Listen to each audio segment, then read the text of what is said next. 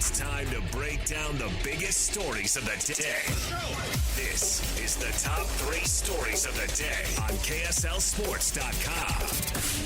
97.5, the KSL Sports Zone. Jake and Ben, 97.5, the KSL Sports Zone. Very happy Friday to everybody out there. Hope some of you have a long weekend ahead of you with President's Day on Monday. Hope you have a wonderful Valentine's Day. It's not too late to go check out our friends at J. Brooks Jewelers. J. Brooks, cherish your loved ones with J. Brooks Jewelers. Explore their expertly crafted engagement rings made from the finest materials. J. Brooks Jewelers. Find them online, jbrooksjewelers.com. All right, Christian, where are we starting today? Number 1, All-Star Weekend kicks off tonight for the NBA. Funny enough, all of Utah's representation will be playing tonight. That's Taylor Frankie Paul in the Celebrity All-Star Game first, and then Ace Bailey in the Rising Stars Challenge. Sean East, also a member of the Salt Lake City Stars, will be in the Rising Stars Challenge. And then actually on Sunday, you do have a chance to see Blake Hinson play in the G League Next Up All-Star Game. Blake Hinson made his debut last night for the Utah Jazz. In fact, made his NBA debut last night for the Utah Jazz. So he had 11 points. He played well. Credit to Blake Hinson. Nice. So he still qualifies for that? I think he's still going to be on the team. I think he's still going to be playing. Maybe he gets pulled. I don't know. I did not see an update that he had been withdrawn because he's on a 2-way contract. But yes, you will see Ace Bailey tonight. I want to quickly adjust. I think yesterday when we talked about this, I think I said the game is at 5. The game is at 7 tonight. The Rising Stars Challenge is at 7 tonight. I do think Taylor Frankie Paul makes her NBA debut at 5 o'clock tonight. Yes, that's I think true. the celebrity game on Peacock is at 5 o'clock. I think it's Peacock. And then the Rising Stars Challenge with Ace Bailey is going to be tonight at 7 o'clock, again on Peacock. You can watch it that way. The Rising Stars Challenge is probably somehow the worst game played during All-Star Weekend.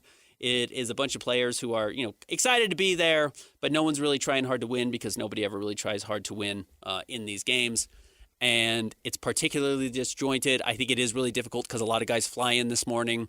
Ace may have flown to L.A. last night, but guys get there, they do their thing, and then they go out on their vacations. Ace Bailey will be playing for Team Mello, that features, which actually is kind of cool. Carmelo Anthony is not totally dissimilar from Ace Bailey, or at least what we thought the archetype of Ace Bailey was going to be. Ace is different. He's a much better defensive player. He's not that good of a scorer, clearly. Not because Ace isn't going to be a great scorer, but Melo came in and I think averaged 20 points per game his first season in the NBA and helped lead the Denver Nuggets to the playoffs. But also playing on Team Mello are Reed Shepherd, Steph Castle, Jeremiah Fears, Donovan Clingan, who we saw last night, and Colin Murray Boyles. So not a bad roster. We'll see how they go tonight. I still think they're doing the did I not say Dylan Harper? Yes, teammate Dylan Harper as well.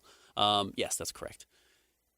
I think they're still doing the round-robin format with 4 teams, 3 teams made up of sophomores and juniors, and the G League team. And actually the G League team is sprinkled in there as well. So you can watch that tonight. With, I think it's the first team to 25 points wins those games. Again, on Peacock tonight. All right, what's number 2? Number 2, Team USA Hockey makes their first appearance in the Milan Olympics yesterday. Quite the scorcher, Ben. They beat Latvia 5-1. A little clunky out of the gates, 1-1 through the first period, and it kind of looked like after Canada had absolutely hammered Czechia 5-0, you thought, oof, is this a different caliber of team? Is Team USA not going to be able to hang? When they're tied 1-1, and just didn't look particularly good, I didn't think, in the first period. And then the floodgates opened, and they looked incredible, and they dominated. And I do think, hopefully, we are steamrolling towards a matchup between Team USA and Canada in the gold medal game. That is the thought. It is, yeah, I mean, Team USA had 2 goals overturned in the first period as well. But it's a very interesting contrast of styles of play between Canada and Team USA, like what they're wanting to do, right? Canada is just all about finesse and high-powered offense, and they can outskate anybody. Team USA, it really looks like they're going to try to go with, bully hockey and try pushing people around, and they got the Tkachuk brothers on the first line, and it could be fun, and I really, truly hope that this lives up to all the expectations that have been set, not just leading up to the Olympics, but even going back to the Four Nations face-off last year with all the drama. They've outlawed fighting at the Olympics. You can't fight in hockey. I will honestly be curious how they police physical play at the net and the physical play of the Kachuk brothers in this type of game. Does it rattle the other teams because they're not expecting it, or does it increase the physicality across all of the games? So that will be fun to watch. Germany also won. J.J. Peterka, a Utah Mammoth player, picked up an assist in that game. Clayton Keller did not play for Team USA yesterday. He was the healthy scratch among the forwards on the team. So we will see if he's able to get into any of these games, but he was not on the depth chart, which I think we had kind of projected for a while.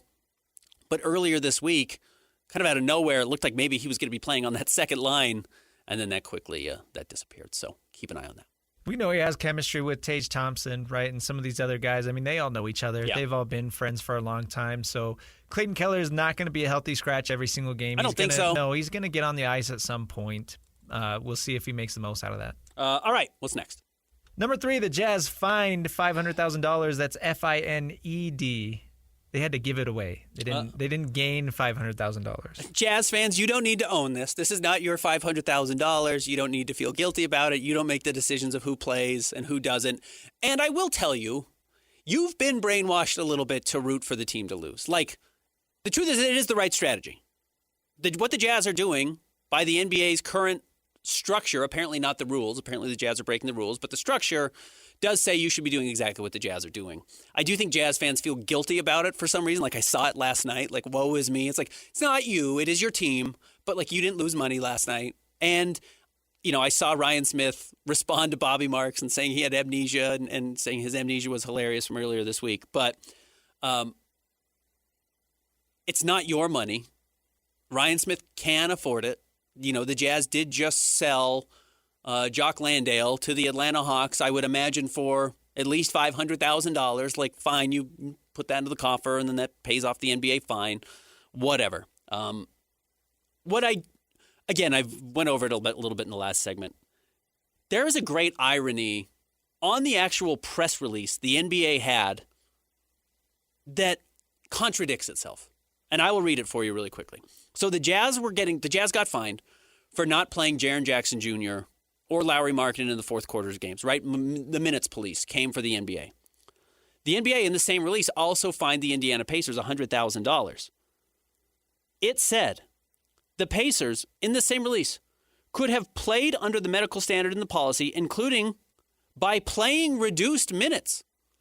And they could have avoided the fine. The NBA, in the same release, they fined the Jazz for playing their players reduced minutes, said the Pacers could have avoided a fine, by the way, in a game against the Utah Jazz, had they played these stars, Pascal Siakam, in reduced minutes. So the Jazz got dinged for playing reduced minutes, and then in the literal next paragraph, the NBA said, well, we wouldn't have fined you, Pacers, if you'd played your stars, reduced minutes. Because Pascal missed that game. Pascal didn't play at all. So they're saying it's better to play him just a little bit. Just a little, and avoid the fine than not play him at all. And the Jazz say, cool, deal. And they say, ooh, but you played him the wrong minutes. Again, I'm not trying to sound like an alarmist. I do think there is an ability, if you want to go in and say, like, look, there's a clear line, this is this, that is that, and we think we can do it on a night-to-night basis. Intent is going to be really hard to prove. Those types of things, what minutes you play a player is going to be really hard to prove. Are you going to call the coach on the phone and ask, why didn't you play him in the fourth quarter? And if he says, injury report, he's on a minutes restriction, I played him 25 minutes early, and I thought if we could build a lead early, we could coast to a victory, that's our best bet? Or do I have to say, hey, I'd rather give up a 20-point lead. I'd rather be down 20 going into the fourth quarter and then have Lowry play then. And that gives us the best chance to win? It's going to be hard for the NBA to figure that out. And they better be ready to find a bunch of people because you're just going to have to eradicate all of it. You're just going to have to go scorched earth. If the NBA actually wants to fix this problem, you do have to find the teams that every player misses for lower back soreness. If Zach LaVine doesn't play for tightness in his lower back, in his hamstrings, got to find him. If you can't be selective in how you're picking this if you actually want to get rid of the problem because the teams are rewarded too much for tanking. The teams get too much out of losing games and getting a high draft pick.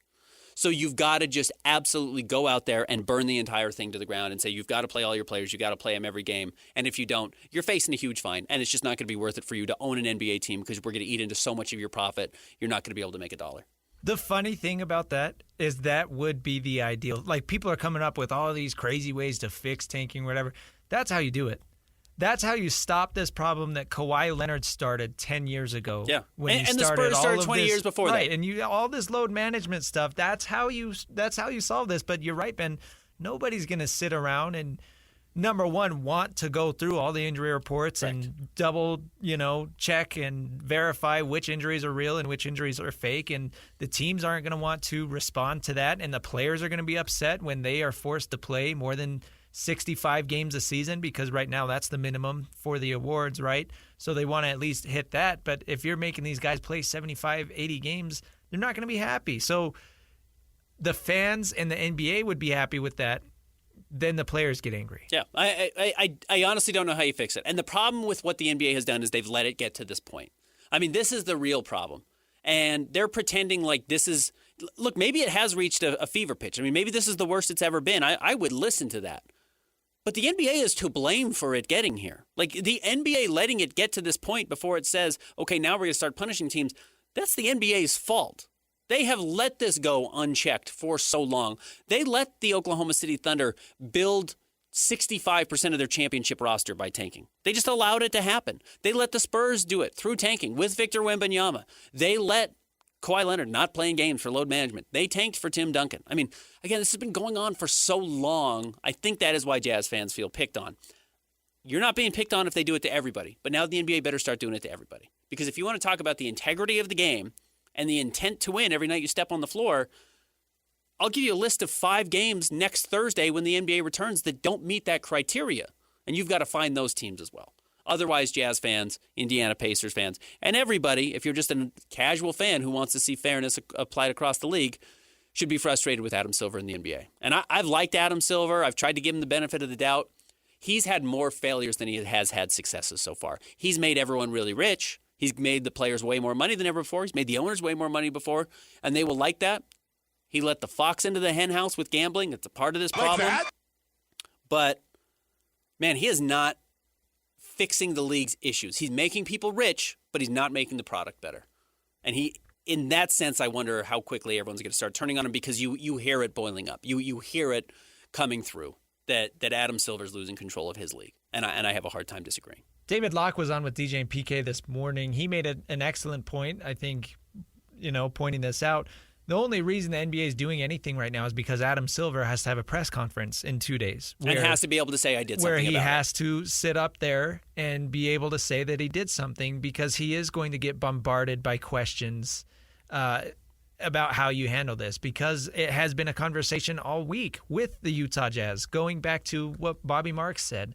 And so, yeah, this is basically a PR move of, what can I say that I did? Even if it doesn't end up fixing anything, I have to say that I did something before I have to speak to the media. I'm not going to be at All-Star Weekend. Jazz don't have any representatives. I'm not going to be there. I wish I would, because I would love to ask Adam Silver, how do you pick who you're finding here? How do you define intent?